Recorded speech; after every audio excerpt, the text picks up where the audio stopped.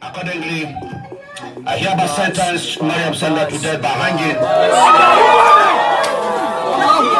until she dies. This I have done, believing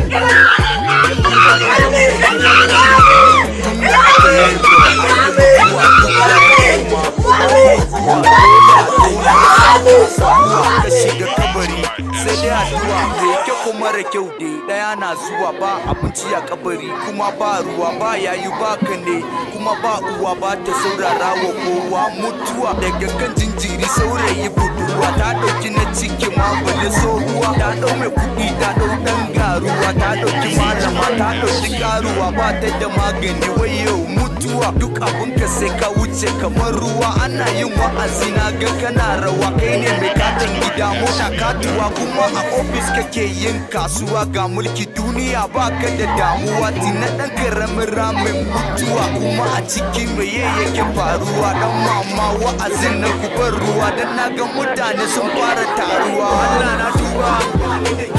karshe na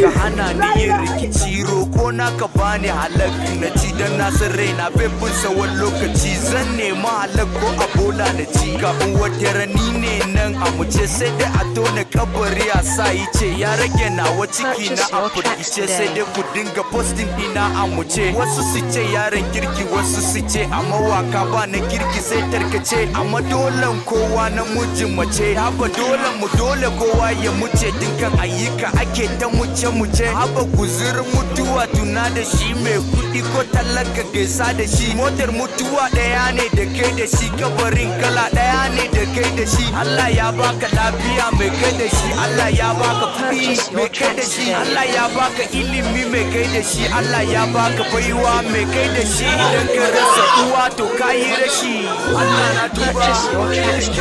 karshe na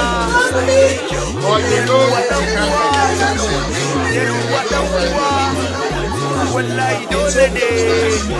wallahi dole ne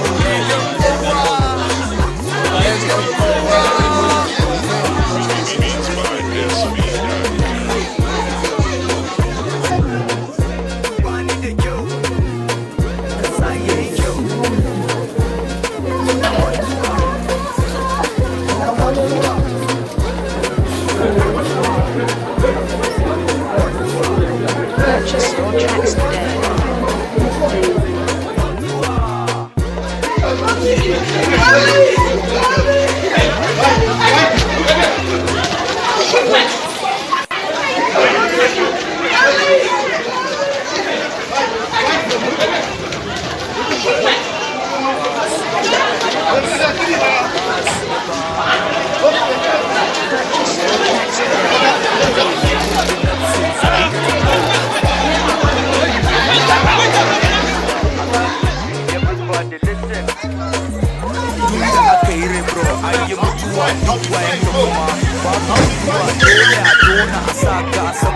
ka shiga kabari sai dai addu'a mai kyau ko mara kyau dai daya na zuwa ba abinci a kabari kuma ba ruwa ba yayi ba kane kuma ba uwa ba ta saurara wa kowa mutuwa daga kan jinjiri saurayi budurwa ta dauki na ciki ma balle tsohuwa ta dau mai kudi ta dau dan garuwa ta dauki malama ta dauki karuwa ba ta da magani wayo mutuwa duk abun ka sai ka wuce kamar ruwa ana yin wa'azi na ga kana rawa kai ne mai katon gida mota katuwa kuma